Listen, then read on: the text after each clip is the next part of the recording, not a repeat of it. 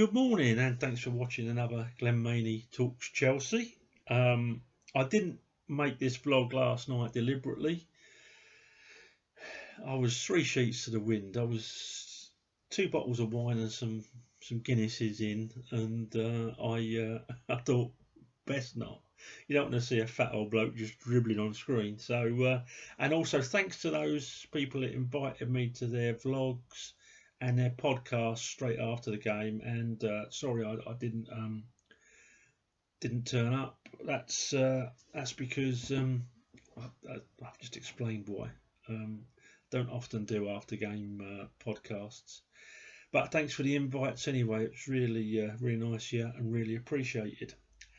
I also didn't go on social media after the game. I went on Twitter at half time, and as I said, I think our forward line had watched the Guy Ritchie film Snatch, because that's what they were all doing, and it didn't get an awful lot better, did it really? Now,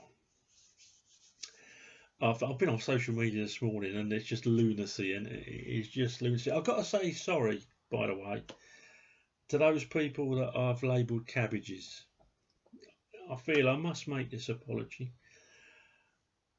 I am sorry that I used the word cabbage, because a cabbage, the green leaf variety, has got more of a brain than some people out there. I should have used the word amoeba. It's a one-celled organism without a brain. Look it up, amoeba. And that's what some people on social media, in my humble opinion, actually are. All entitled to our opinions, as you know, you are so regularly saying on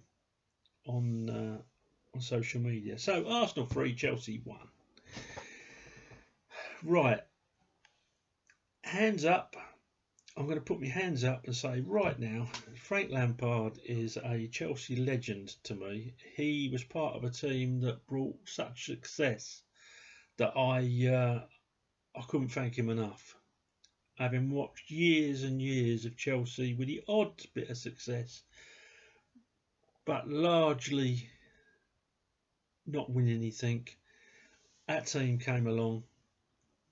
Frank gave everything for this club, and so I personally am going to give him, say, the 4 years that Klopp has had at Liverpool to make Chelsea successful before I start questioning him. He's a young manager.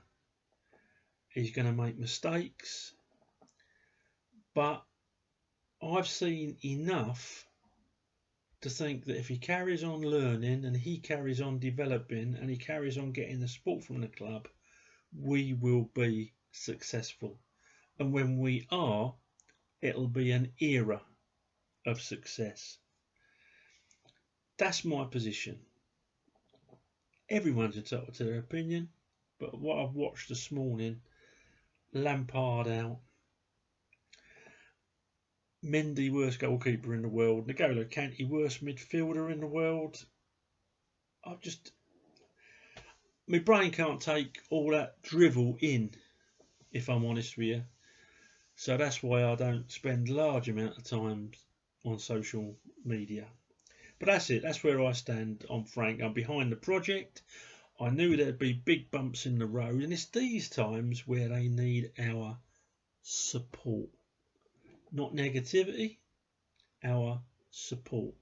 We haven't played well since before the Everton game. We've had 4 games where we've been mediocre at best. In a lot of ways, probably last night was probably the worst, because I don't think we won more than 2 second balls all night. Didn't win that many first balls. But and I don't know what's wrong. I don't know what's wrong. You've got a lot of new players in that dressing room, getting used to new countries, new foods, new systems, new houses, new training, new league, all sorts of things, one of which could upset a human being. Oh, but they get paid hundreds of thousands of pounds. Yeah, they may do. They may do. But it doesn't stop them being human. So we've been spoilt this season again. I mean, when you look at it, Frank last season couldn't buy anyone and qualified for the Champions League. And again, we've been spoilt this season. That run we've just gone on. You know, do you remember the run when we were going to win the league? Frank was the best manager ever. Even I started to think, do you know what? This is weird. If he's a magician, if he's got us in a position where we could actually win the league. Last 4 games has been a reality check to me and to a lot of supporters out there as to where we really are and the type of obstacles that Frank, the club and us have got to overcome. And so yeah, I'm right behind that project. I look at some of the players. Timo Werner, he is a world-class forward. I've got no doubt about that. I watched him at Leipzig. He's a world-class forward. He's struggling. The boy is struggling. 24, he's a boy, and he's struggling. I don't know what being in a new league, a new country, I'm not going to go through the list I've just gone through, how that's affecting him.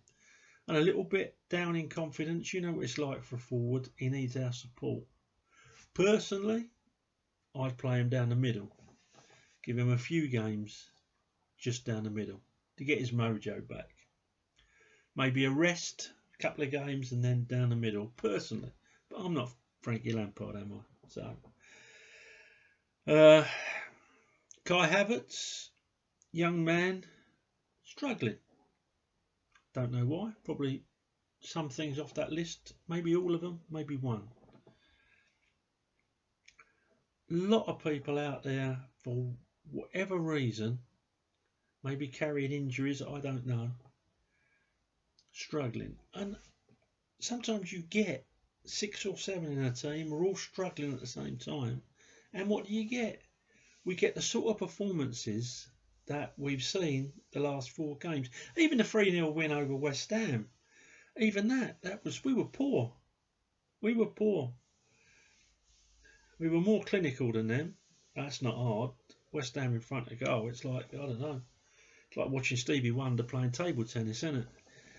But we were poor. And so I wasn't totally shocked last night playing against a team with their backs against the wall, who aren't a bad side. I don't care what you say. Arsenal are not a bad side. There was a lot of talent out there last night, and the luck definitely went with them. So, Arsenal 3, Chelsea 1. Let's get on with it. Now I've had my little say. Yeah, Arsenal 3, Chelsea 1. They let's start with Mendy. Mendy didn't have a chance with the with a free kick. Let's start right at the start. Tierney went over, and I've watched that again this morning. I can't even see where Reece James touches him, apart from the right hand comes across. If that puts a 12-stone man down, I give up. I can't see the knee touching. I'm not sure if the foot touches or not, but if it is, it's minimal, and the way he falls, he throws himself down. Now, at speed, the referee might get duped, but VAR's there for that very reason, and how VAR didn't overturn that, I don't know. But there you go. There you go. Maybe I'm biased, but I have tried to watch it objectively, and no, not for me. Not for me. So the penalty's a penalty, isn't it? The Saka goal, or Sacco, is it? It was a fluke. We've all played in games where that's happened. It's normally the outside of the foot loops over the keeper and in. Mendy didn't have a chance with that. And then we had the free kick, which was a belter. From a purely coaching point of view, and the goalkeeping coaches out there might agree with what I'm saying. The only thing I'd say, I didn't expect him to say that, but the only thing I'd say is that he went with that hand, whereas if you come over with the other hand, you can get to a higher point. If he'd saved that, it would have been one of the saves of the season, if not the century. And he was near it, but I say maybe the other hand, but it was a cracking free kick. The only other mistake he made in the game was that poor pass, and he made a brilliant save to make up for it. I think it was from Lacazette, wasn't it? Or it could have been Martinelli, I don't know. I think it was Lacazette, but it was a brilliant save anyway. And other than that, I don't think he put a foot wrong. But this morning, social media, Mendy, worst keeper ever. I'm going to give Mendy a 6 out of 10. Reece James had probably his worst game this season. He was up against Kieran Tierney, and Tierney is a class act, trust me. He's a class act. Tierney's overlapping with their winger. I can't remember the lad's name on that side, but he's overlapping with them. And because of the way Arsenal played last night, where they stuck an extra man in between our back four and N'Golo, they stuck an extra man in there and one in front of N'Golo, obviously trying to neutralise his effectiveness.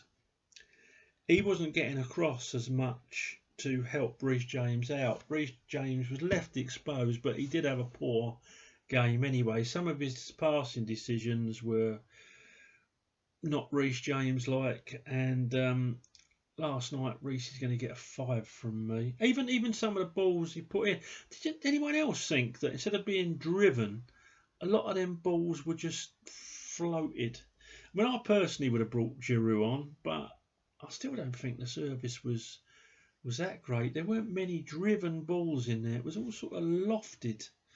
And it was asking for centre forwards or centre halves or even the goalkeeper to clear. Yeah, it was a strange one, from both sides as well.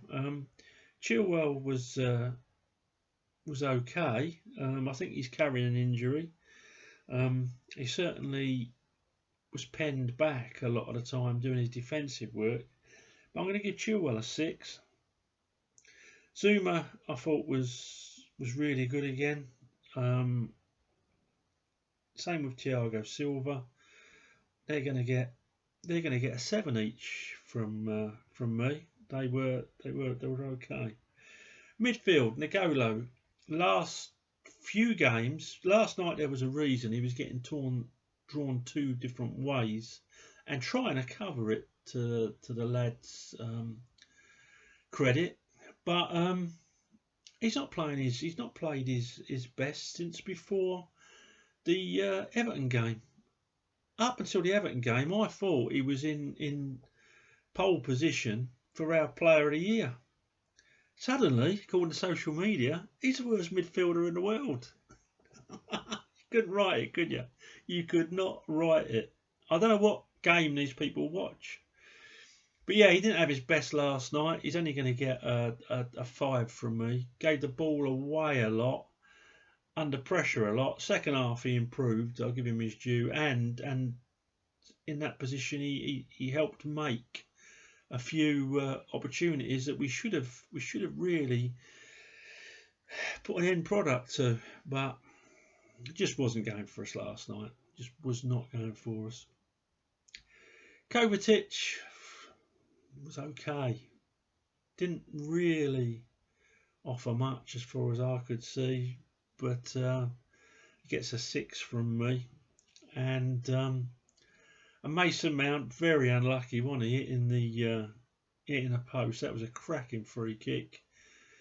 Put a shift in. Not his best game. He's been giving the ball away as well, which is very unlike him, but not on the same level as some of the others, and he's going to get a 7 from me. It's hard to pick man of the match, really, isn't it? Pulisic, he well, I'll go to Werner first. He started off on the left, didn't he?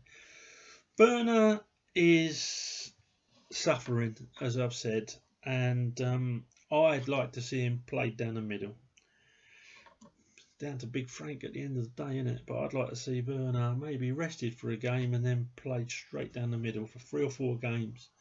Get his mojo back, get his finishing head on, and show a bit of faith in him, which we can do as long as Pulisic stays fit.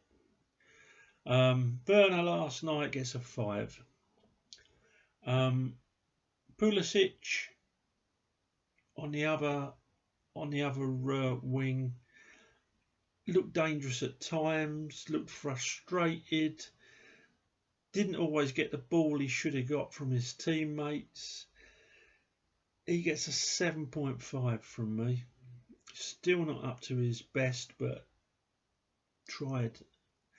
And I think on another night, things are gone for him. I mean, there's little things like, he's almost got through past 4 players. We shouldn't have to be doing that, but he's almost done that. And in the last minute, a little foot comes in and takes it off his foot and stuff like that. But he didn't stop trying. And his fitness would be getting there now. So, it's worth the 90 minutes. Now, here's something you lot thought you'd never hear. But not purely, the lad really grafted, worked hard. There was a lot about his game I still didn't like, but there was a lot about his game that I did like. My man of the match was Tammy Abraham. Right at the start in the first half, the ball don't stick to him. The ball does not stick to him like it does Giroud. But you know what? He pushed the ball down with his chest. It had gone too far away from him. It would have been so easy for someone just to give up. Some of his teammates would have done that last night, but not Tammy. He chased after it. He got it, and then he sent the most wonderful pass, 60 yards. He scored a goal. He put a shift in all night. And so for that reason, Tammy Abraham, you're going to get my 8 out of 10 and man of the match. And if everyone on that pitch had stuck the effort in that you did, that result would have been very different. So, Jorginho came on, missed a penalty. Anyone can miss a penalty. I think the centre forward just got to start taking them. So last night, Tammy should have took it. I know he missed a couple for Villa, but this technique of Jorginho's has been found out. I think good save by Leno, good save, but it wasn't hit hard enough. These type of penalties are great when they come off, but you need someone top corner, bang. Or enough power that no matter where they put it, there's a chance of it beating that keeper. That's my thoughts anyway. Jorginho, I don't score the subs. Callum Hudson-Odoi looked okay when he came on. One cracking pass. The rest of them seem to be these floated balls again. I don't know what the idea was behind that. If you've got Giroud in there, you've got half a chance of them being hit. But even then, you need some pace on that ball. But no, Callum Hudson-Odoi looked as lively and as fresh as I'd seen him. I'd still like to see him be a bit more positive, but the lad hasn't played very much, so it was good to see him. And if he's on form, it gives you a definite another option. So yeah, that was last night. That was Arsenal 3, Chelsea 1. This is a bump in the road. This is the time when the club needs our support. I don't expect that from the amoeba. But there's a lot of people out there that I do expect it from proper Chelsea supporters. Support your club when they're down. That's all I'm going to say. Tomorrow is Aston Villa. I'm glad I don't do one of these shows where you make predictions, because for years Chelsea were not the team to make a prediction about, and it looks like I've got my old Chelsea back. Oh dear. Let's hope they go out there, because I tell you the big worry is that I'd give Frank 4 years, but the big man, Roman, he's just spent nearly, well, with wages, he's spent £250 million. Is he going to have the patience? I'm not so sure. So, I'd like to see this project through to its finish, where we've got a team capable of competing with anyone, and Frank Lampard managing them. And so let's hope that I do.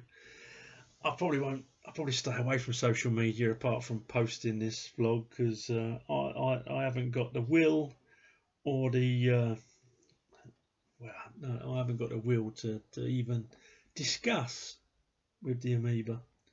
Okay, well listen, Villa tomorrow. I shall speak to you after then. Let's stay positive. Let's hope we can get another 3 points on the board, and because we need to. And let's hope the amoeba are silenced again for a little while. Okay, thanks for watching these. If you do watch them, you do enjoy them, please subscribe. And that's all I've got to say. Up to Chelsea.